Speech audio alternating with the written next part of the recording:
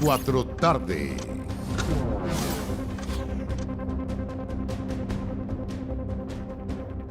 Tarde.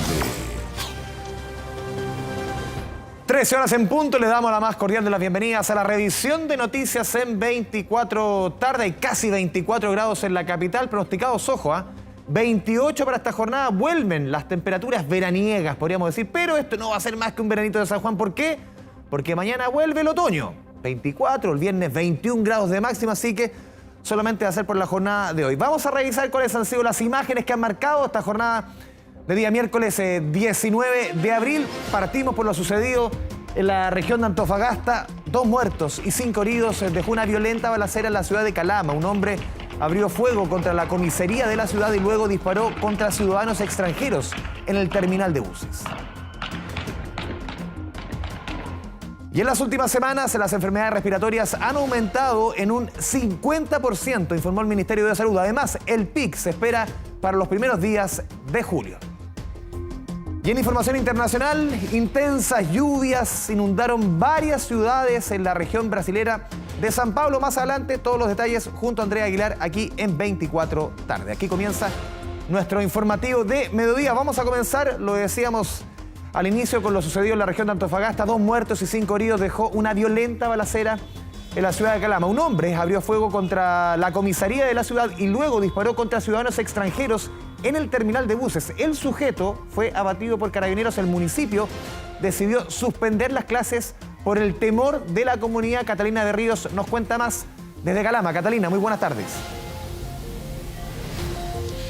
Hola, ¿qué tal? ¿Cómo estás? Efectivamente, tal como tú lo mencionas, una noche de terror para los calameños fue la que se vivió en la jornada de ayer y también durante esta madrugada. Esto tras las primeras balaceras que se hicieron sentir cerca de las 22 horas a las afueras de la primera comisaría de Calama. Allí un sujeto sobre un vehículo percutió un arma, por lo menos 5 disparos, entre ellos alcanzaron a 2 personas que se encontraban al interior de la comisaría. Un hombre de nacionalidad chilena recibió uno de los impactos en su cabeza, mientras que una mujer de nacionalidad boliviana recibió 2 impactos en una de sus piernas. Comienza entonces el actuar policial para que minutos más tarde, si solo a algunas cuadras hacia el norte de la misma comisaría, una nueva balacera se registrara a las afueras del terminal de buses, donde el mismo sujeto en el mismo vehículo nuevamente comienza a disparar su arma, en esa oportunidad alcanzando a 13 personas más que resultaron heridas, todas de nacionalidad venezolana, y una 4ª persona también de nacionalidad venezolana, quien resultó fallecido en el mismo lugar. Tras esto, distintas policías, tanto carabineros como la Policía de Investigaciones, comienzan a trabajar para buscar a esta persona que, como decíamos, circulaba en un vehículo blanco por este mismo sector de la ciudad, para dar con él pasada la medianoche. A eso de las 12:30 horas logran encontrarlo hacia el sector poniente de la ciudad, donde es encerrado por la misma policía, por carabineros. Él no quiere descender del mismo vehículo, comienzan nuevamente los disparos hasta que logran acribillar a este sujeto, el autor de las 12 primeras balaceras registradas en la noche aquí en nuestra comuna. Como ustedes pueden ver, también nos encontramos hasta ahora a las afueras del municipio, porque la comunidad está alertada. Pero vamos a revisar las primeras declaraciones obtenidas en la noche de ayer respecto a lo que nos informó Carabineros y también algunas autoridades respecto a este hecho.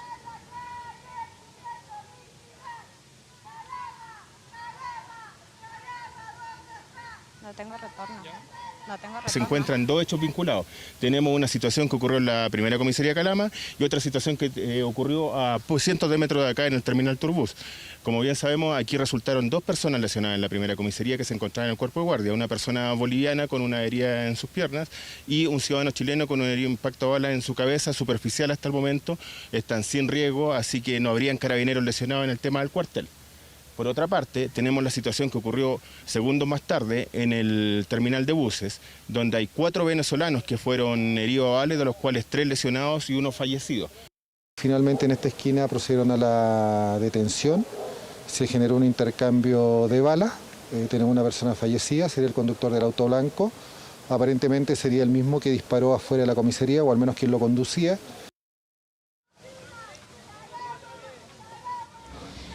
Muy bien, ahí parte de las declaraciones de lo ocurrido en la noche de ayer en Granaderos. Esta es una de las avenidas principales de la comuna de Calama. Hoy día también nos dirigimos hasta el punto donde ocurrió finalmente la detención de este sujeto. Conversamos también con algunos vecinos en el mismo lugar. Una vecina que pudo ver todos los hechos justo en el frontis de su vivienda, ella muy alertada. También vecinos del sector que nos decían estas situaciones antes no se vivían, pero claramente una situación que viene a alertar. Así es que también pasamos a escuchar algunos de los audios de lo que ocurrió efectivamente en este episodio registrado a medianoche. Escuchemos.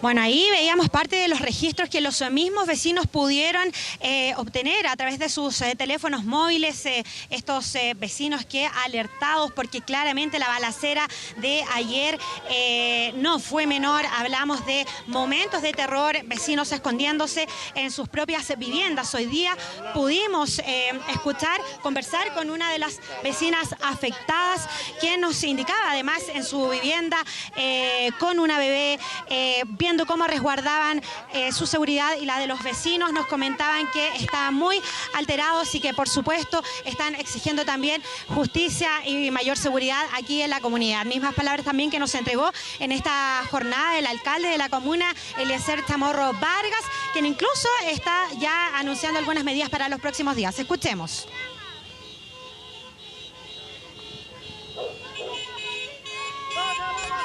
Fue espantoso porque justo sale mi hija y le digo, agáchate. Saco el bebé y empieza una balacera, o sea, habré contado 30 disparos y de una. Estoy así. Esto era tranquilo, po. Por lo tanto, la verdad, no sé, no salgo de mi asombro. En la mañana estaba todo vacío ya en la calle. Estaba la gente en las casas. Hay menos circulación en la calle, hay pocos vehículos andando en la calle, todo. Las escuelas igual se suspendieron. Temor, no debería de estar pasando porque Calama era una ciudad muy tranquila. Es desesperante, Nicolás. Es más que crítica, es desesperante, es desbordante. Mira, Nicolás, si uno puede entender que hay visiones distintas en algunas posiciones y podemos sentarnos a la mesa y tener esas matices en ello. Pero los temas de seguridad es un tema de Estado. Hay que sumar esfuerzos importantes en ello. Para las personas que son parte de esas organizaciones criminales queremos decirles que estamos trabajando, que le vamos a cerrar el paso, vamos a ir detrás de ustedes. Porque lo que necesitamos, lo que vamos a hacer y nuestro objetivo primordial es devolverle el derecho a la seguridad a nuestros vecinos. Esto es lo que claman y eso es nuestro objetivo y no vamos a dejar de perseverar en aquello.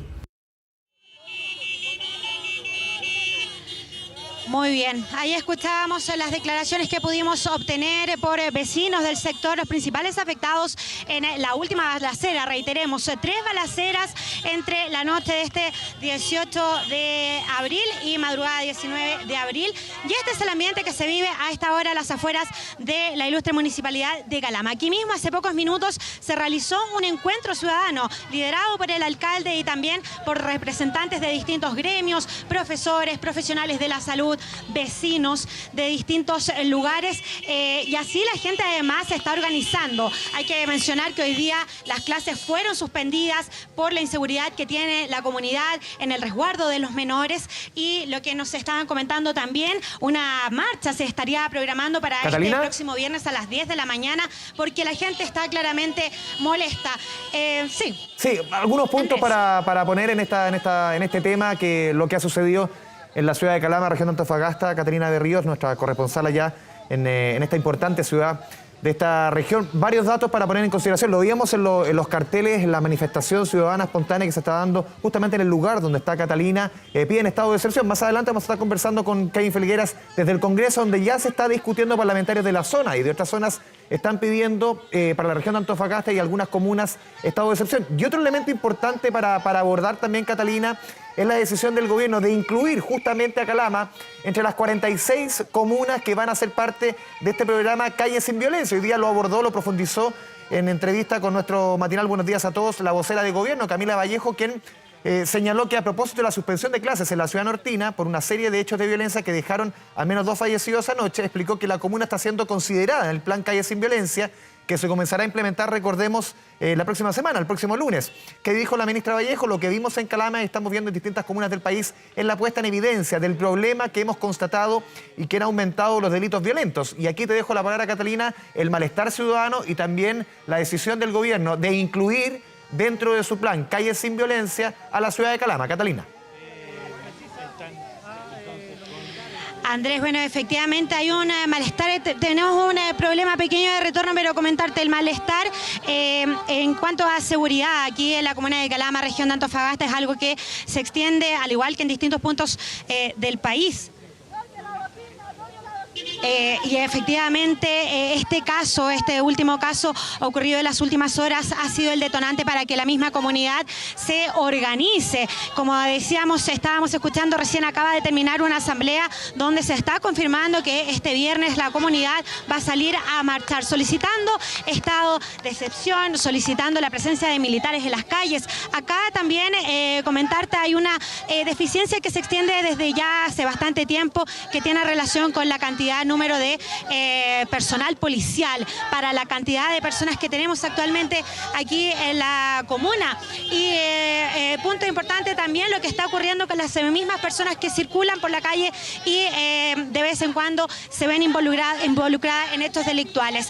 Hasta ahora no existe certeza respecto a si las personas que resultaron afectadas en la comisaría o también a las afueras del terminal de Calama tienen o no relación con esta persona que iba sobre este vehículo.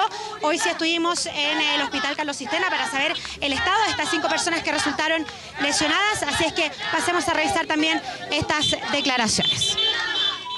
Uno de ellos, el de 42 años, nacional, chileno, una herida de cuero cabelludo sin lesión encefálica que fue atendido y dado de alta. Dos pacientes con lesiones de entrada y salida de proyectiles en una de sus piernas, también dados de alta. Un paciente fue evacuado al Hospital del Cobre debido a la contingencia y el resto de pacientes fue atendido por nuestro equipo de quirúrgico con lesiones tórax abdominal, uno de ellos, y también herida balística abdominal, los cuales se recuperan en estos momentos satisfactoriamente. Bueno, ahí escuchamos sobre estas declaraciones, el informe de personal del Hospital Carlos Cisterna, donde nos indican que las 5 personas lesionadas están fuera de riesgo vital, están en observación. También está y continúa las indagatorias por parte de la BOCAR, Policía de Investigaciones, para saber si es que, como decíamos anteriormente, existe relación o no entre estas personas y este sujeto que conducía este vehículo y protagonizó 2 balaceras en menos de media hora, cerca de las 22 horas, y quien fue finalmente acribillado por personal policial pasada la medianoche hacia el sector poniente de la ciudad. Nosotros estamos a la espera de un nuevo informe por parte de Carabineros, también por parte de Fiscalía.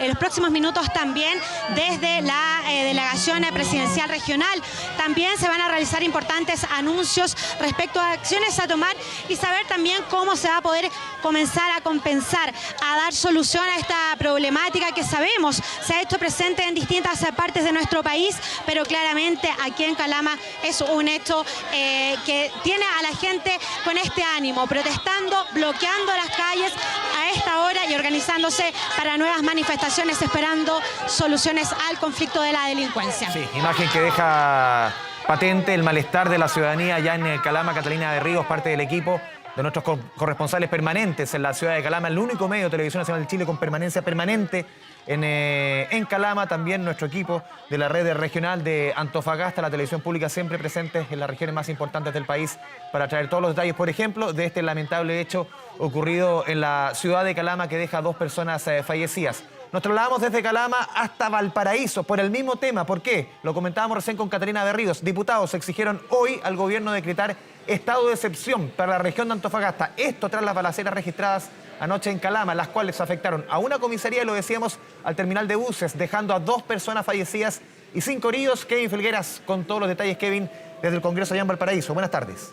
¿Cómo estás, Andrés? Muy buenas tardes. Claro, una reacción similar a la que tuvo la ciudadanía y la que está teniendo, lo veíamos recién en las imágenes, fue lo que pasó acá en el Congreso Nacional. Rápidamente por la mañana los parlamentarios exigieron de inmediato que se tomaran medidas concretas, relevantes en la zona, principalmente en la ciudad de Calama. Eran parlamentarios representantes de esa zona los que exigían al Ejecutivo declarar un estado de excepción constitucional de emergencia. Sin embargo, hay que ser enfáticos en esto, no es una solicitud nueva a propósito de lo sucedido en la madrugada. Esto se viene pidiendo hace meses, desde el año pasado, cuando se renovaba el estado de excepción constitucional en la macrozona sur, pedían esta medida espejo en la macrozona norte. Hoy se ha reiterado nuevamente este llamado al Ejecutivo, ya con exigencias de parte de algunos parlamentarios de oposición que incluso han solicitado que se combata con armas la delincuencia. Escuchamos de inmediato esas declaraciones. Nosotros estamos pidiendo esto hace mucho tiempo. Quizás hoy día habrían 5 heridos menos, quizás habría una persona menos muerta, carabineros que estuvieron en riesgo de muerte porque les dispararon directamente a matarlo. Esto fue una vendetta de crimen organizado. Lo mínimo es pedir un estado de excepción constitucional, pero sin letra chica. Hay algunos que lo están pidiendo para alguna zona acotada. La verdad es que nosotros estamos pidiendo igual como lo vivimos en, por ejemplo, la pandemia, donde efectivamente ellos apoyaban a carabineros. Bueno, hoy día es inminente un estado de excepción para la región de Antofagasta, sobre todo por lo que ocurrió anoche. Es impresentable que hoy día ninguna persona pueda caminar tranquila y segura en nuestra región. Lo que ocurrió ayer en Calama es tremendo. Nosotros no estamos acostumbrados a vivir de esta manera y no tenemos por qué normalizar esta situación. Hemos visto cómo desde el Parlamento estamos sacando adelante una agenda de seguridad con los votos en contra del partido del presidente Boric. Y así, obvio que es más complejo. Y es más complejo porque las policías necesitan respaldo institucional. Y mientras parte importante de la coalición gobernante no se los dé, vamos a seguir viendo cómo se multiplican este tipo de hechos. Este es el momento de endurecer la mano, de salir a enfrentar con armas de fuego a estos delincuentes. Bueno, ahí estaba. Mano dura en contra de la delincuencia piden parlamentarios de oposición quienes exigen al gobierno se establezca un estado de excepción constitucional en la zona norte, principalmente en la ciudad de Calama. Desde el oficialismo, desde la centroizquierda, ha manifestado que esa no es una medida efectiva en contra de la delincuencia porque en ciudades muy pobladas no es precisamente eficaz en este combate. Sí está la ley de infraestructura crítica que podría aplicarse precisamente en esas zonas. Lo piden los parlamentarios para que esto se haga patente, lo revisamos de inmediato. Tanto el subsecretario como la ministra han manifestado su voluntad y su decisión de asistir, de acudir, de visitar, de ir y tener presencia física en Calama. Y eso creo que es un hecho concreto, pero no solo la visita de pasada, sino que le hemos pedido una visita y una presencia, un trabajo con las autoridades locales para adelantar ciertos programas de seguridad, entre ellos calles sin violencia. Bueno, hemos solicitado al presidente de la República, a la ministra del Interior, que el proyecto de infraestructura crítica que hoy día se aplica en la frontera, que está aprobado, que está también en la macrozona sur, se pueda extender a Calama. Creemos que en esta agenda que el presidente Boric tiene los próximos días en Antofagasta, puede hacer un anuncio importante en torno a poder entender de que hoy día no es la solución definitiva infraestructura crítica, pero sí una medida que puede ayudar a entregar más tranquilidad a los vecinos de Calama. El problema que tienen los estados de excepción en zonas densamente pobladas como es la comuna de Calama, como es también la región metropolitana, es que no cumplen efectivamente con el objetivo que persiguen. Acá no hay un problema ideológico con implementar o no un estado de excepción, hay un problema de efectividad de las medidas. Entonces necesitamos medidas no efectistas, sino que medidas efectivas que en lo concreto apunten a solucionar el problema. Bueno, una discusión política en medio de la tramitación de este fast track legislativo que se le ha puesto precisamente a normativas que buscan otorgar más herramientas a las policías, también combatir de mejor manera al crimen organizado y al narcotráfico. Andrés Fial, una situación que también afecta a uno de los parlamentarios es el diputado Sebastián Videla, quien nos comentaba esta mañana que ha sufrido amenazas de muerte en sus redes sociales. Esto va a ser abordado en un par de minutos más por la mesa de la Cámara de Diputadas y Diputados, un diputado que es de la zona norte y que, bueno, nos mostraba los pantallazos de los mensajes que ha recibido, mensajes de alto calibre que finalmente ya ha puesto a disposición de la Fiscalía para ver qué es lo que se puede hacer, pero son amenazas de muerte también a un parlamentario en medio de este contexto complejo en la zona norte del país. Nosotros además estaremos muy atentos porque hay información política de las últimas horas que vamos a estar abordando en un ratito más acá en el Congreso Nacional. Continuamos conectados, Kevin Felgueras desde Valparaíso. Muy buenas tardes. Chau, chau. Último minuto. Lo reseñaba recién Kevin, el presidente de la República, Gabriel Boric, aceptó la renuncia de la ministra secretaria general de la presidencia, Analía Uriarte. Marian Basso con los detalles. Ha designado en su reemplazo, Mari, al expresidente del Senado, actual senador por la región del Maule, Álvaro Elizalde Soto, quien, recordemos, también ocupó el puesto de vocero de gobierno durante el primer año de la segunda administración de la presidenta Bachelet. Mari, buenas tardes.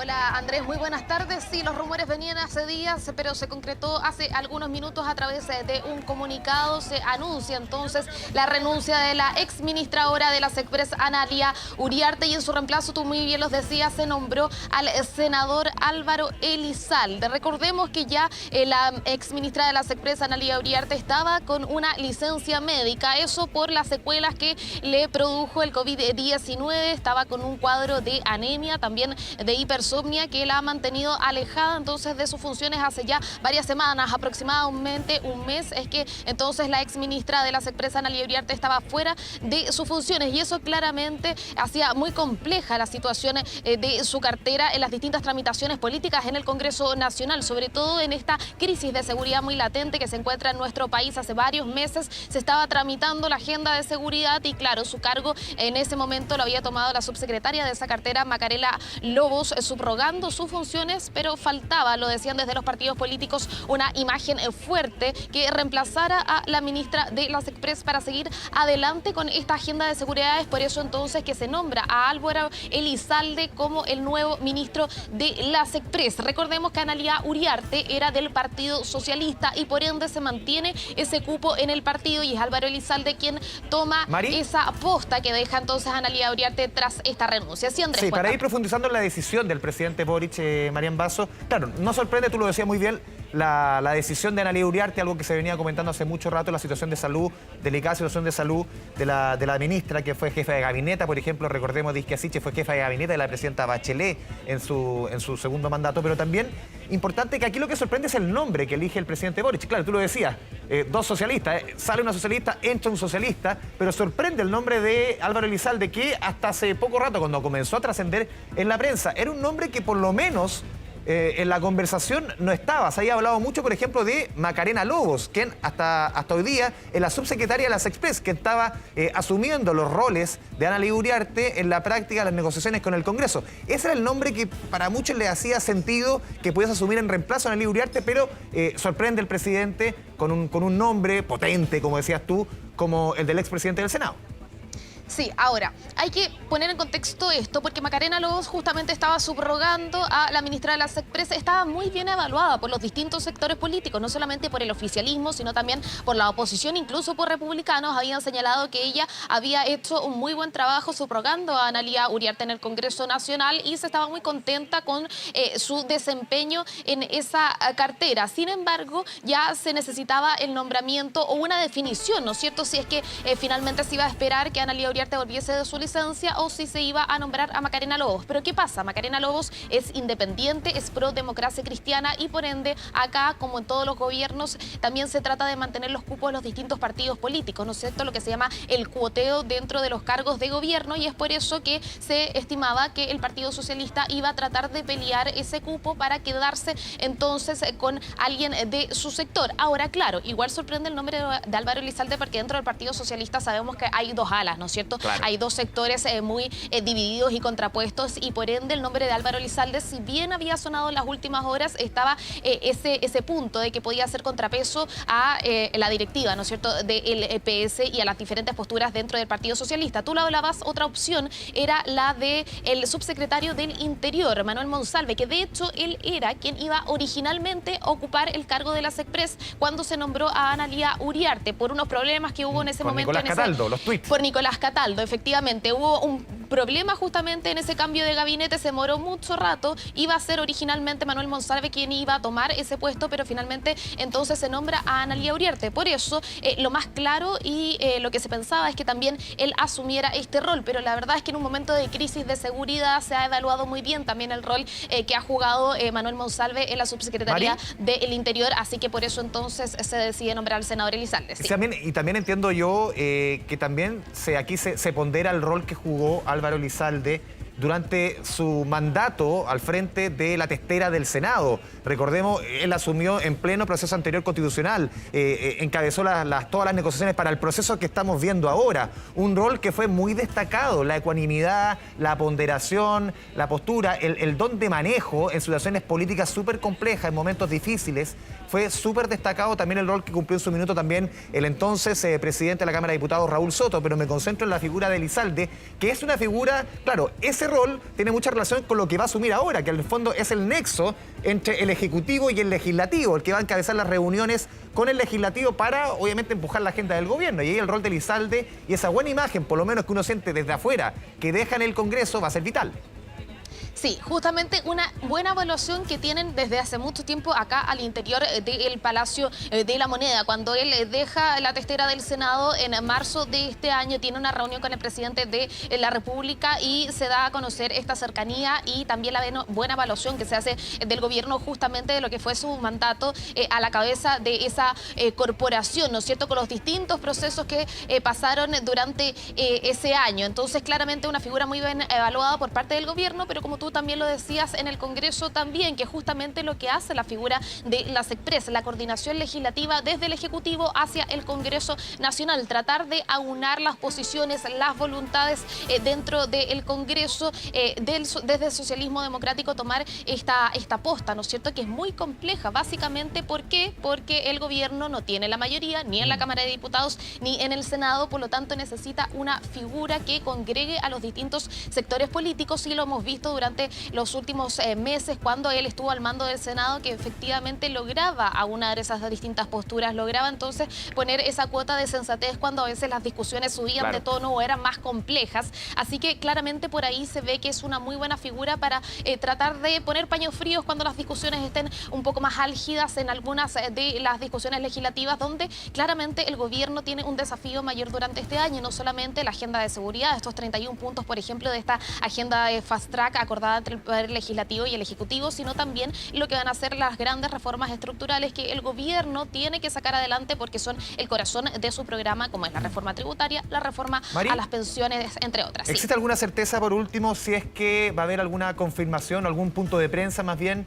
Porque, claro, conocimos este comunicado a través de un documento, de una minuta que entrega Presidencia de la República, pero ¿va a haber algún punto de prensa respecto a entregar mayor profundidad sobre este nombramiento?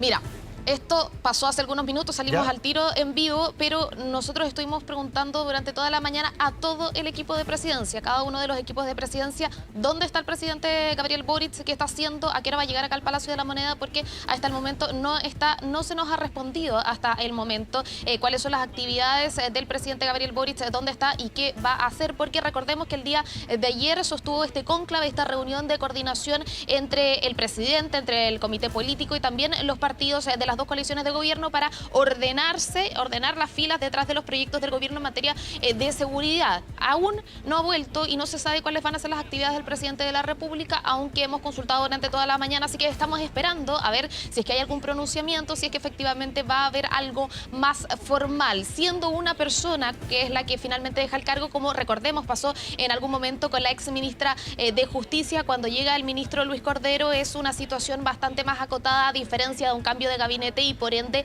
esto se hace en privado, no es un cambio de gabinete transmitido, sino que es como una persona en particular se hace todo este trámite, por así decirlo, de forma privada, y asume inmediatamente sus funciones quien es nombrado por el presidente de la República, que es en este caso el senador Álvaro Elizalde. Ya los detalles de toma de razón y posteriormente a ello será en los próximos días, pero ya formalmente tenemos entonces el nombramiento de Álvaro Elizalde como nuevo ministro de la SECPRES, y yo creo, dado lo que nos ha pasado, que va a ser muy complejo que tengamos algo más oficial. Ahora habría que ver también si es que el senador Elizalde hace un punto de prensa también para dar a conocer entonces este nombramiento que hace el presidente de la República. Oye, yo te iba a preguntar si es que había llegado el presidente, está justo en la escalera que da a la oficina, pero otro día se había enojado cuando lo mostraban en la oficina, dejaba la puerta abierta o la ventana abierta, oiga.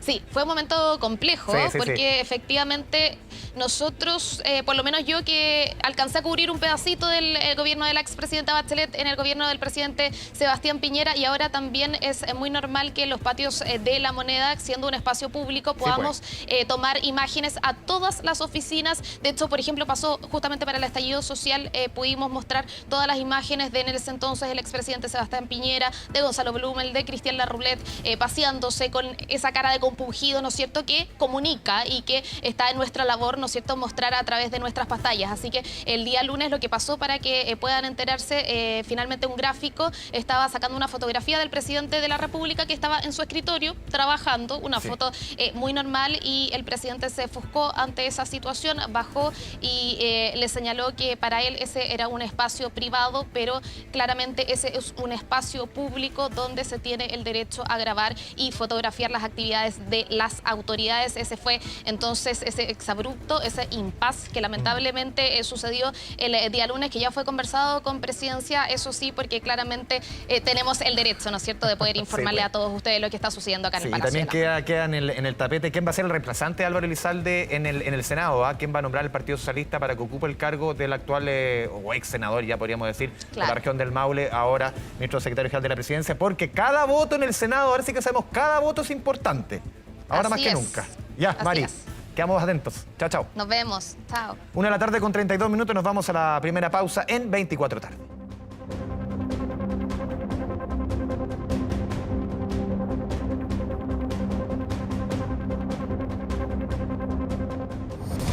Ya volvimos con 24 tarde. Un minuto. 2:39 volvemos con lo que está sucediendo en el Congreso. Estamos a la espera. Estamos con nuestros equipos apostados allá en el Congreso en Valparaíso, la sede del Poder Legislativo, para tener las primeras impresiones del flamante, nuevo, recién designado ministro secretario general de la Presidencia, el que era hasta hoy día senador por la región del Maule, expresidente del Senado hasta marzo pasado, el senador Álvaro Elizalde Soto. Está hablando el actual senador por la región de Arica y Parinacota, José Miguel Insulza, correligionario, Partido Socialista de Álvaro Elizalde, del ministro Elizalde. No sé si escuchamos al senador Insulza, escuchemos justamente al ex ministro del Interior, ex canciller, actual senador Insulza. Tiene que concurrir cuando se lo pidan. ¿Y cuáles son las claves en ese rol? Se le pregunta por... Mire, las claves de este rol, yo creo que sobre todo ahora, el ministro secretario general de la Presidencia tiene a cargo también el seguimiento del día a día del gobierno, el tema estratégico, pero generalmente su función es lo que le dedica, yo diría, el 80% del tiempo es la relación con el Parlamento. Ahora sí estamos en vivo para Televisión Nacional. Usted decía que falta una mujer en el Senado, pensando en el cupo vacante. No, yo decía que falta una mujer, bueno, faltan más porque deberíamos tener paridad, pero lo que nos falta es probablemente una mujer en la Secretaría, en la bancada socialista, tenemos una solamente. Nos decía que ya pudo conversar con el ahora ministro Elizalde. ¿Qué le dijo usted en esa conversación? Él me contó rápidamente que había decidido aceptar esta nominación. Yo le dije que entendía que desde el punto de vista personal le debería decir muy difícil, porque él estaba muy decidido a permanecer los 3 años que quedan en el Senado, ¿no? Y bueno, y lo felicité entonces y le dije que para eso estábamos, como siempre tenemos que estar. Él aún se encuentra acá, ¿no? Aún se encuentra acá. La pregunta si aún sigue en el... No sé, subimos juntos, pero yo no estaba en su oficina después. Se le pregunta ahora si es que ya hay algunas críticas respecto a que el presidente Gabriel Boric había señalado que no iba a sacar senadores para llenar cargos, en este caso, en ministerio. Lo que pasa es que en este caso es una emergencia, y se requiere alguien no solamente con conocimiento, que hay muchos, que no solamente con alguna experiencia, que seguramente la de Álvaro es de las mejores, sino que también con buenas relaciones en el Congreso. En términos políticos sobre eso, ¿qué significa la llegada de Álvaro Elizalde al gobierno, considerando que fue presidente de un partido, presidente del Senado, jugó un rol clave también en el acuerdo constitucional? ¿Qué consecuencias va a traer eso? ¿Qué proyecta usted en su rol? Bueno, yo creo que él va a tener un papel muy preponderante en el gobierno, pues, como lo tienen los miembros del comité político. Hasta ustedes habrán visto que en estos meses, en los meses anteriores, hemos tenido a la secretaria general de la presidencia como la figura más visible en la relación con el Parlamento, y por lo tanto eso es el papel que va a asumir Álvaro Elizalde. Y seguramente en el comité político también va a ser importante su presencia, porque es una persona con mucho peso para eso. Escuchamos al senador José Miguel Insulza, senador del Partido Socialista. Estamos a la espera de las palabras del ahora ex senador Álvaro Elizalde, nuevo ministro secretario general de la Presidencia. Eso, y también qué va a decidir el Partido Socialista con el cupo de Álvaro Elizalde. Decía recién José Miguel Insulza, él esperaba por lo menos que una mujer asuma en reemplazo de Elizalde en la bancada socialista allá en el Senado. Decía, solamente hay una senadora socialista. Vamos a continuar a la espera siempre de lo que suceda en el Congreso con otras informaciones de la jornada. Revisamos información policial. Un hombre murió tras chocar con una barrera de contención mientras escapaba de Carabineros en una persecución. Al interior de su auto se encontraron 5 bolsas con marihuana. Fabián Collao con todas las noticias policiales de la jornada. Fabián, buenas tardes. Muy buenas tardes, Andrés. Y claro, ese fue el motivo que proporcionó todo este operativo, en definitiva policial, que se generó en la provincia de Petorca, en el sector de Longotoma de la región de Valparaíso, porque cerca de las 11:30 de la noche Carabineros estaba realizando diversos controles vehiculares y por ahí pasa una camioneta, la cual había sido solicitada para ser fiscalizada. El conductor hizo caso omiso, arrancó con rápida velocidad y por lo mismo propició toda una persecución policial que se trasladó hacia la Ruta 5 Norte, en dirección hacia el sur. Estamos hablando de varios kilómetros donde este sujeto terminó chocando al menos 3 patrullas de Carabineros, intentó atropellar a un funcionario policial, por eso poco a poco se fueron sumando más contingente policial para poder participar de este operativo que ya revestía obviamente muchísima complejidad. Es a la altura del kilómetro 113 donde da vuelta, regresa hacia el norte y choca una 4ª patrulla. A raíz de aquello es que el conductor perdió el control del vehículo, chocó con una barrera de contención y salió eyectado desde el interior de la camioneta. El SAMU, la ambulancia, le prestó los primeros auxilios, pero había perdido la vida producto de la gravedad de sus lesiones. Había terminado volcado a un costado de la ruta en una zanja que se encuentra ahí en el kilómetro 113. A raíz de aquellos que los peritajes comenzaron por parte de la sección investigadora de accidentes de tránsito de Carabineros y también por parte de otros organismos especializados de la policía uniformada en los límites de Nogales con La Calera, la región de Valparaíso, para poder entender por qué había escapado de Carabineros. Y acá es la sorpresa o la respuesta para la policía uniformada. Al interior de este vehículo habían 128 kilos de marihuana, todo esto en 128 paquetes que estaban al interior de las 5 bolsas, y por eso es que trató de eludir la acción policial. Afortunadamente no hubo otras víctimas que lamentar, no hubo carabineros heridos en medio de todo este operativo policial que mantuvo la Ruta 5 Norte suspendida parcialmente producto de esta situación que estaba en desarrollo durante la madrugada. Vamos a revisar declaraciones en 24 tarde. Momento de fiscalizar a una camioneta Ford color negro, los cuales al momento de ver al personal policial no desobedecen las instrucciones de Carabineros de servicio, por lo cual no logran el cometido de atropellar al personal de Carabineros. La camioneta traspasa el eje de la calzada, colisionando de manera lateral al vehículo policial, saliendo eyectado desde el interior del móvil el conductor. Claro, cuando sale eyectado el conductor, inmediatamente los organismos especializados de Carabineros van a verificar la situación, van a verificar si es que se trataba de un miembro de una organización delictual o si es que estaba conduciendo en estado de ebriedad, pero no, era claro, a raíz de la gran cantidad de marihuana que tenía al interior. No se descarta de que pueda haber participado alguna banda de traficantes en la región de Valparaíso. Aquello está en desarrollo de todas maneras para poder ver si es que esta organización existe, para poder detener al resto de la banda con más de 126 kilos que fue hallado el fallecido en medio de todo este operativo, en medio de toda esta persecución que tuvo como protagonista el sector norte de la Ruta 5 en la región de Valparaíso. Fabián Collado, muchas gracias por el completo informe. Muy buenas tardes. Cambiamos de tema, lo mencionábamos al inicio, en las imágenes del día. Las últimas semanas las enfermedades respiratorias han aumentado en un 50%, según informó el Ministerio de Salud. Además, el pic se espera para los primeros días de julio. Desde la comuna de Loprado, Pamela Araya, con todos los detalles. Pame, muy buenas tardes. Hola, muy buenas tardes. Sí, estoy fuera del SAPU de alta resolutividad de esta comuna donde han atendido a varios niños a propósito de enfermedades respiratorias. Tú ya lo decías y bueno, hace un tiempo atrás la subsecretaria de Salud dijo que el invierno iba a ser difícil si hablamos de enfermedades respiratorias y la verdad de las cosas es que por lo mismo la red de salud pública se está preparando con una inversión de más de 20.000 millones de pesos para reforzar las atenciones y los equipamientos y la contratación de personal en todo el país. Y una de las visitas a uno de estos centros que requieren de apoyo la hizo el subsecretario de Redes Asistenciales, Fernando Arauz, durante esta jornada, justo a este SAR de la comuna de Loprado, donde aquí le hemos preguntado respecto de cómo se viene la situación y ahí donde él nos cuenta entonces que si se compara enero, febrero y marzo con las primeras semanas de abril es que las consultas han aumentado al doble y así también ha informado que se ha adelantado en relación al año pasado la aparición de los virus respiratorios. Vamos a escuchar lo que dijo. A diferencia del año pasado, hemos tenido un par de semanas un aumento importante, significativo. En el último tiempo hemos tenido un aumento de consultas respiratorias por sobre el 50%, lo que nos indica que el invierno se está adelantando. La circulación viral, particularmente de virus como para influenza y COVID-19, ha adelantado y ha hecho aumentar las consultas de respiratoria en toda la red asistencial. Y es por eso que hoy día estamos adelantando las medidas, principalmente fortaleciendo los puntos de vacunación. Tenemos más de 1.200 puntos de vacunación a nivel nacional, en un trabajo estratégico con los alcaldes, precisamente para mejorar las tasas de vacunación antes del invierno.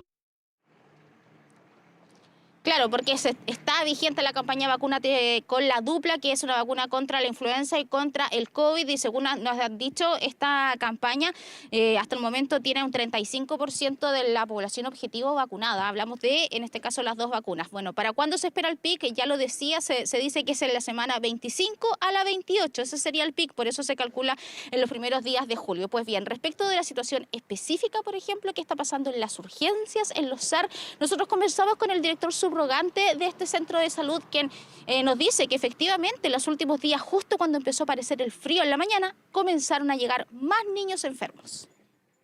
Sí, tuvimos un pic, de hecho, estas semanas de atenciones. Se nota, por lo menos en lo cotidiano, que se ve un número mayor de niños, sin embargo, no tantos como con casos graves, con necesidad de derivación, pero sí con mucha consulta con cuadros virales, con fiebre, congestión nasal, síntomas respiratorios, incluso algunos gastrointestinales.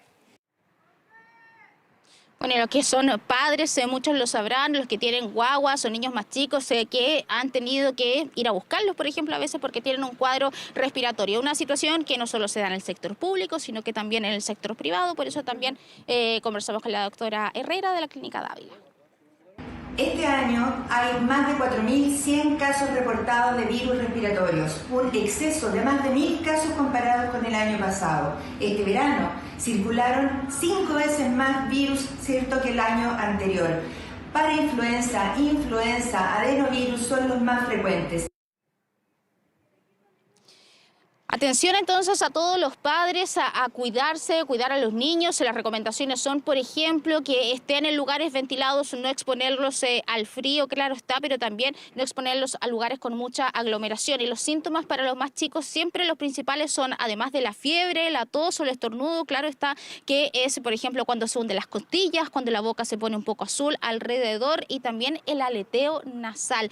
Muy importante considerar aquello entonces en el caso de tener que llevar a un niño a un centro de salud. salud. Son varios elementos, Pame. Lo primero, que los virus, ya la estacionalidad prácticamente no existe, están todos revueltos, uno lo sabe como padre de niños chicos. Y también tú mencionabas el tema de la fiebre, intentar siempre primero manejar la fiebre en la casa, porque muchas veces llevar a un niño, una niña en urgencia puede ser incluso peor, puede pegarse otros bichos en las mismas urgencias. Entonces intentar primero manejar la fiebre en la casa no es fácil, pero hay que tomar ciertas medidas preventivas antes de acudir a un servicio de urgencia. Pamela Araya, muchas gracias por el completo informe. Buenas tardes.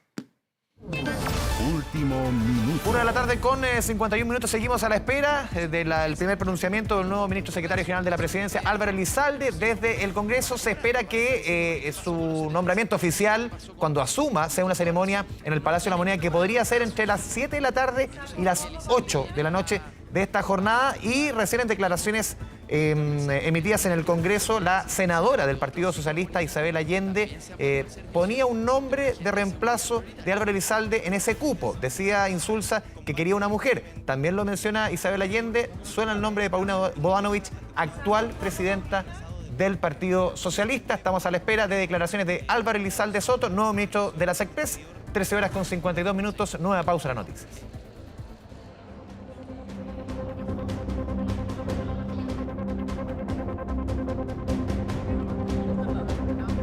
Minuto. Escuchamos la palabra del nuevo ministro secretario general de la Presidencia, Álvaro Elizalde Soto.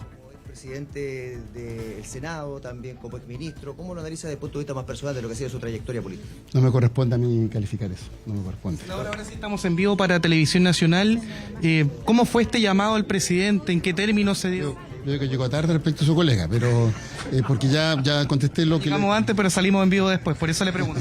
Sí, es verdad. De hecho, yo sé que un periodista que siempre llega a tiempo, fue una broma, porque yo valoro el trabajo que usted realiza y he sido testigo de cómo incluso muchas veces ha dado golpes informativos producto de su sociedad como periodista, así que no me quiero quedar corto en las palabras, pero al margen de eso, insisto, valoro el llamado que ha hecho el presidente Boric y le he manifestado mi disposición de poder contribuir, sobre todo a generar un clima de diálogo para superar la crispación que existe actualmente y poder avanzar en la aprobación de leyes que forman parte de su programa de gobierno y que son imprescindibles para construir un Chile más justo y más democrático. ¿Puedo hablar con Ana María Uriarte usted? No he hablado con ella, la voy a llamar en un rato más.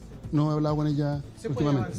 Se pregunta si se puede avanzar con la dignidad tal cual como están las relaciones en este momento. Ahora responde el ministro. Bueno, están todos hablando al mismo tiempo, así que no estoy en condiciones de escucharlo. Sí. Sí. Sobre todo los actores. Aquí lo que hay que generar es un clima de diálogo con todos los actores que se expresan a la diversidad del Congreso Nacional para avanzar en las muy buenas propuestas que ha generado el gobierno del presidente Boric y que yo espero que sean aprobadas. Y por tanto vamos a insistir en el diálogo democrático. Aquí tenemos que escucharnos entre todos y todas. ¿Usted decía que es altamente probable que Paulina Bodanovich lo reemplace? ¿Es así? Bueno, no me quiero adelantar porque a quien le corresponde tomar esa decisión es al Partido Socialista, pero obviamente ya la presidenta. Desde el punto de vista procedimental, ¿cómo sigue esto? ¿Usted tiene que renunciar? ¿Cuándo? No por el procedimiento. Desde el punto de vista constitucional, una vez que yo jure o prometa como ministro de Estado, se produce una incompatibilidad y por tanto se genera una vacancia que tiene que ser proveída, conforme lo establece la propia Constitución, por una propuesta, por un nombre que debe decidir el partido en el cual milito. En este caso es el Partido Socialista. Así es como opera el sistema. Pregunta por su experiencia como vocero a propósito de lo que va a ser este nuevo desafío ahora como ministro de la SECPRES. ¿Qué quiere que le diga? Bueno, espero poder contribuir con mis defectos y virtudes a la labor del gobierno y sobre todo a que podamos avanzar en construir un país más justo.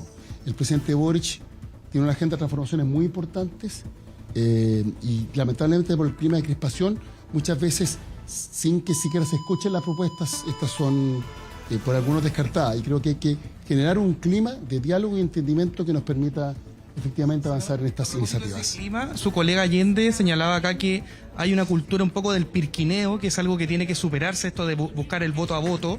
¿Usted cree que va a tener un estilo distinto?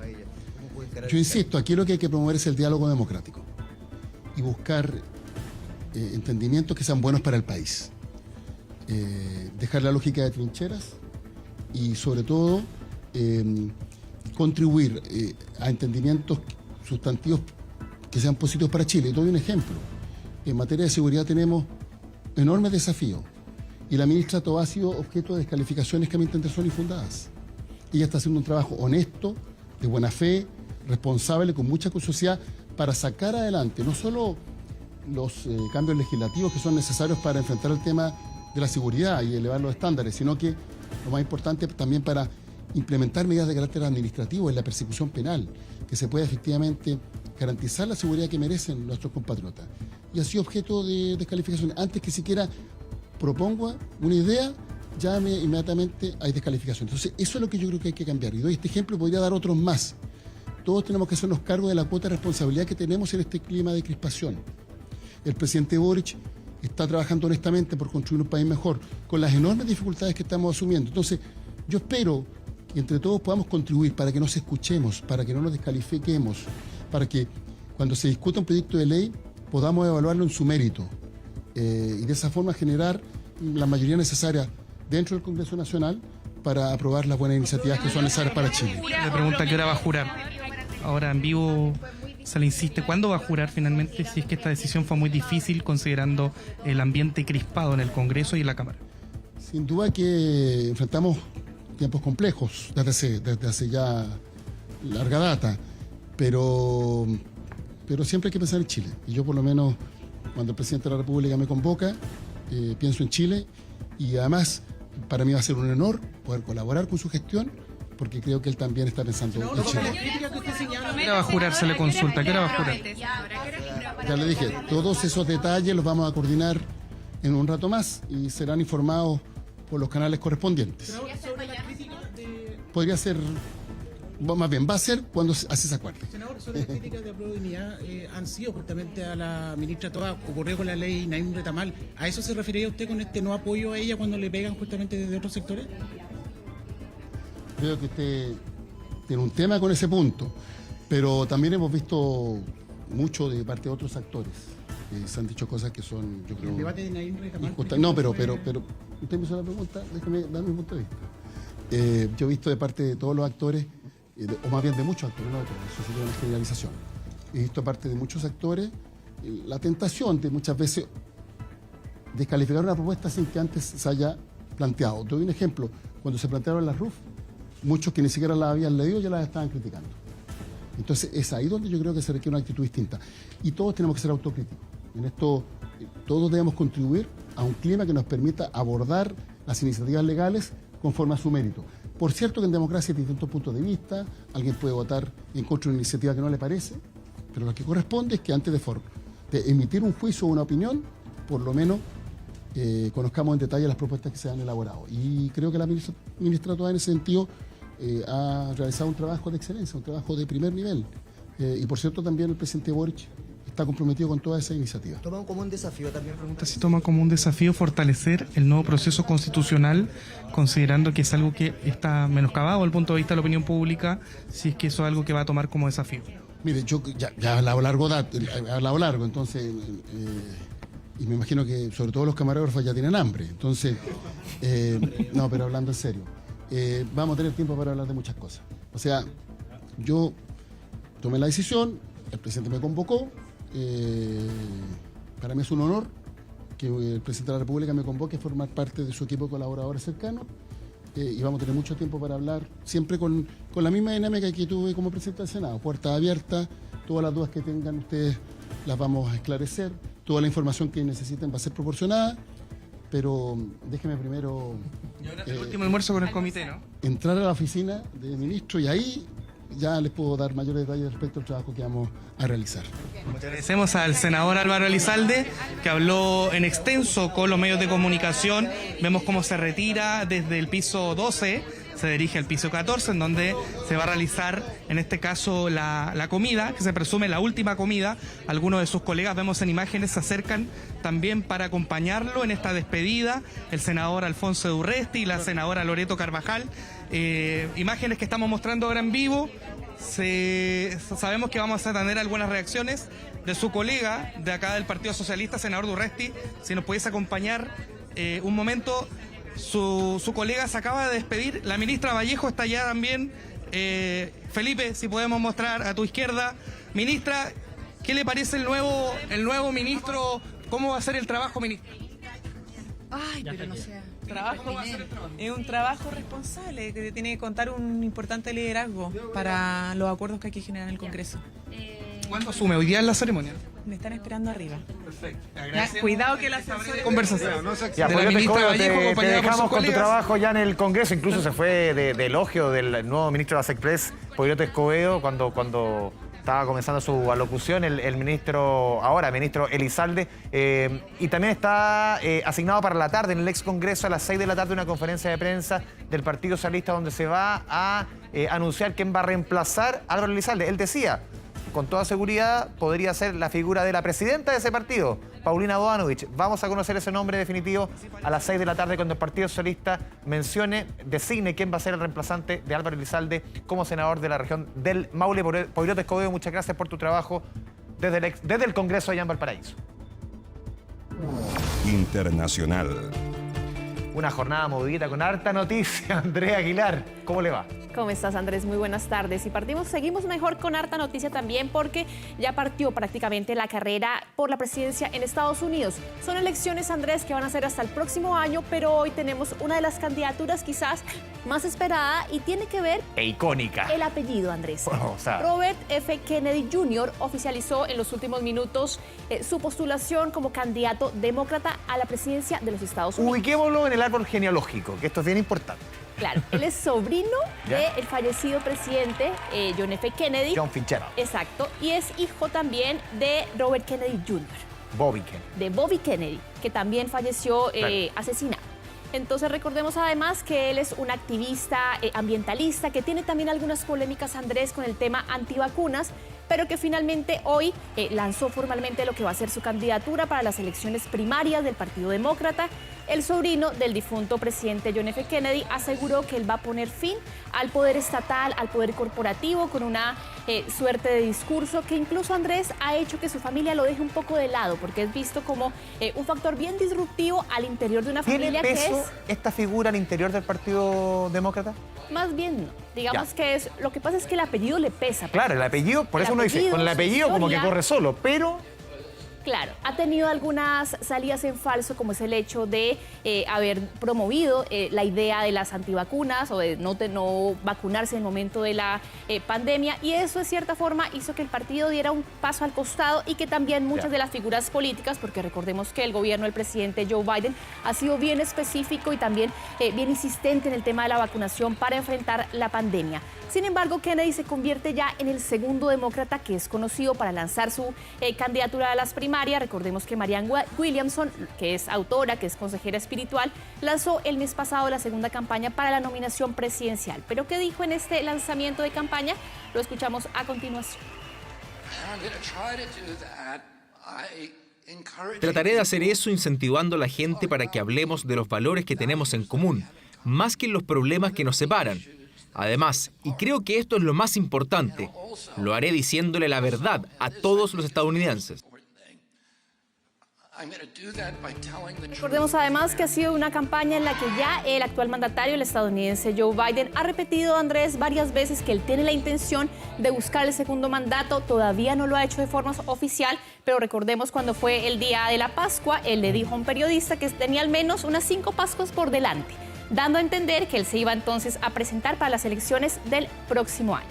Y nos vamos a quedar en Estados Unidos porque hay un escándalo que sacude no solamente la parte política, sino también la parte mediática, Andrés. Y es que Fox News resolvió con un millonario acuerdo un pago de la demanda a las urnas electrónicas Dominion, y todo esto tiene que ver con que finalmente es la forma en la que Fox News no llega a juicio y acepta que efectivamente dio noticias falsas cuando finalizaron las elecciones del año 2020. Es decir, respaldó al expresidente Donald Trump. Esa es la cadena favorita de Don Donald. Efectivamente, tanto de Don Donald como del resto de los conservadores en Estados Unidos, y esta cadena de noticias va a tener que pagar $787,5 millones a la empresa Dominion. Todo esto, Andrés, para que esto no se vaya a juicio y no quede todavía más expuesto su trapos sucios, como dicen en la política en Estados Unidos. Y finalmente ellos no aceptaron, obviamente, frente a su audiencia, que mintieron durante toda la campaña presidencial. ¿De plata? Claro, pero fue la forma en la que ellos finalmente han terminado, dicen ellos, en una forma mucho más acorde a sus intereses y por el bien del pueblo estadounidense, en un documento y en un comunicado bien rimbombante en el que ellos no aceptaban cuál era el fondo del asunto, que era que ellos habían dado noticias falsas y habían respaldado esta información que indicaba que el presidente Joe Biden se había robado las elecciones. Recordemos que inicialmente la empresa de urnas electrónicas pedía $1.600 millones, acusando a Fox de difundir afirmaciones falsas sobre las máquinas de Dominion, diciendo que se habían manipulado las elecciones de 2020 a favor del presidente Biden. Y si bien el caso de Dominion ya terminó, Fox News todavía tiene una segunda demanda pendiente por otra de las empresas también de votación electrónica. En este caso todavía está en proceso de descubrimiento y nos espera un juicio al menos en el corto plazo.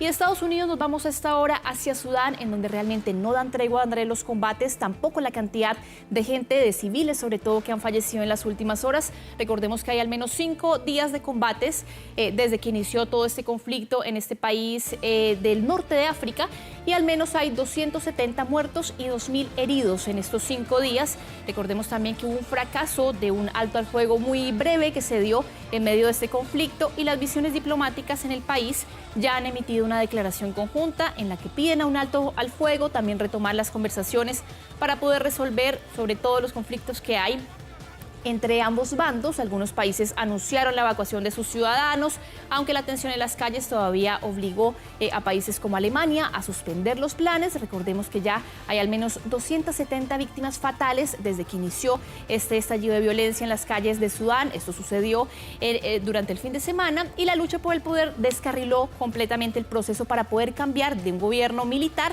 a un gobierno civil, que recordemos todo esto viene prácticamente desde el golpe de Estado de 2021. Y de Sudán nos vamos hasta ahora hasta Brasil, Andrés, porque siguen siendo intensas las lluvias que dejan este tipo de imágenes.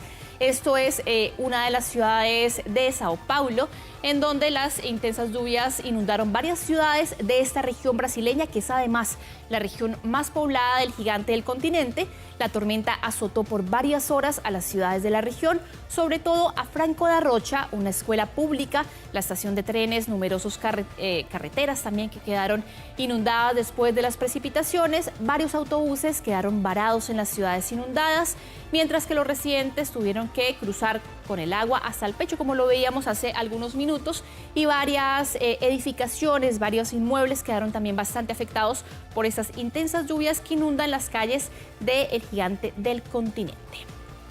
Y vamos ahora, Andrés, a un escándalo que se ha desatado en Alemania. A ver. ¿Sabes tú cuánto invierten los ministros alemanes en maquillaje cada año? ¿Cuánto? 1.5 millones de euros. ¿De euros? Estamos hablando de 1.300 millones de pesos. Claro. En maquillaje. En maquillaje. ¿Pero con qué los maquillan? Bueno, ¿con oro? Con maquillaje de lujo, Andrés, con asesores de lujo que tienen obviamente a su servicio. En un solo año, este gobierno liderado por Olaf Scholz, los ministros han gastado ese 1,5 millones de euros, que es equivalente, lo decías tú, 1.300 millones de pesos chilenos más o menos, sí, entre fotógrafos, peluqueros y maquilladores. Es una cifra, ojo, Andrés, que excede completamente a la que tenía Angela Merkel. Me voy a Alemania a ser maquillador, fotógrafo y peluquero. Claro, completamente. Y recordemos además que estos ministros están haciendo un 80% más del gasto que cuando Merkel era canciller de Alemania. Angela Merkel era sinónimo de austeridad. Completamente, y también para su gobierno. Y específicamente, Andrés, la ministra de Asuntos Exteriores, Annalena Baerbock, que es la que más ha gastado. El año pasado pagó 136.000 euros solamente en cosméticos y esteticistas. Pero eso no es un escándalo que sea solamente en Alemania. Recordemos que el año pasado también el presidente del gobierno español, Pedro Sánchez, tuvo que ver con este tema de los maquilladores excesivos. Andrea Aguilar, muchas gracias por el completo informe. Que estés bien, Andrés, buenas tardes. Con los maquillados ministros, autoridades alemanas, nos vamos a la pausa aquí en 24 tarde.